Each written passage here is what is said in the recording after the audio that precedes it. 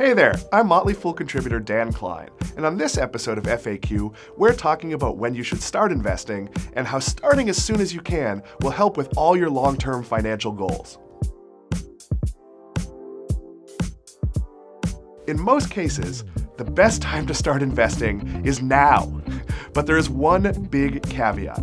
You should pay off any high-interest debt before investing. What counts as high interest?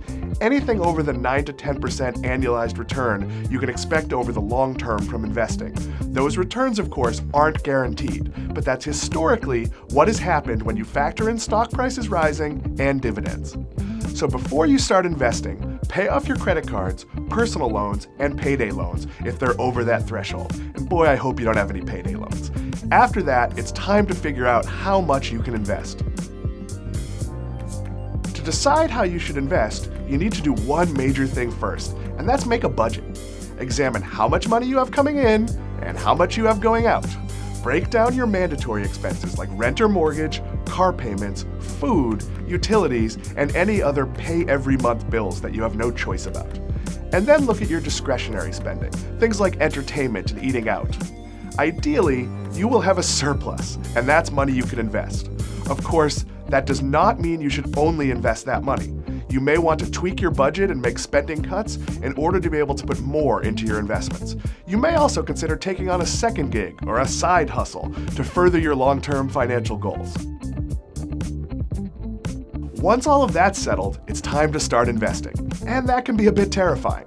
The stock market isn't something most people think about on a day-to-day basis, and much of the news about it focuses on the extremes. It's important to remember what stocks are.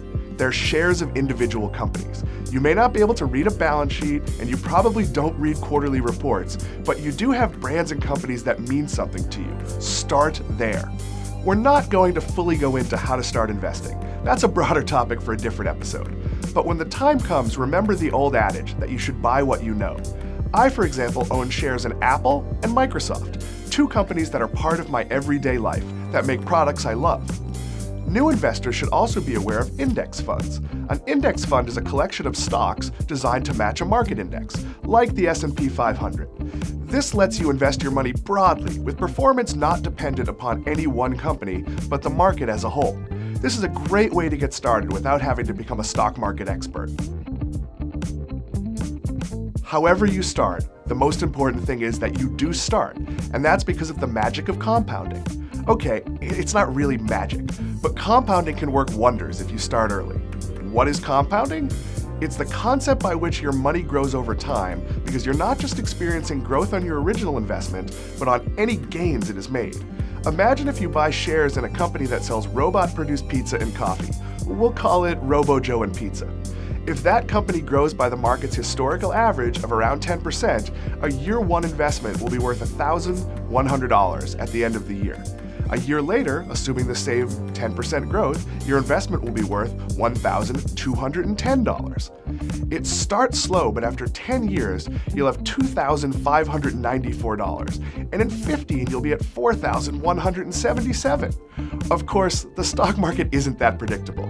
Your portfolio won't increase by 10% exactly each year, but over time, this is generally how compounding works.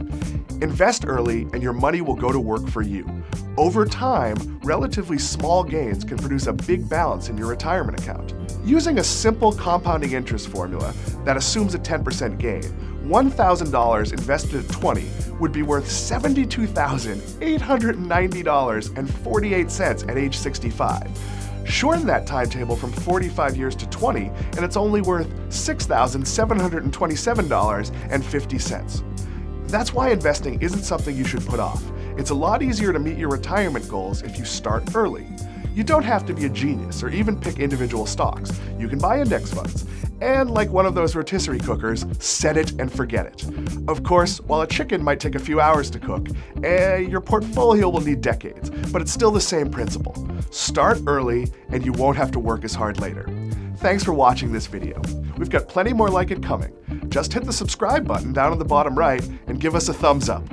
And if you have any questions on things I hit in the video, drop them in the comments section below. We love getting ideas for future videos.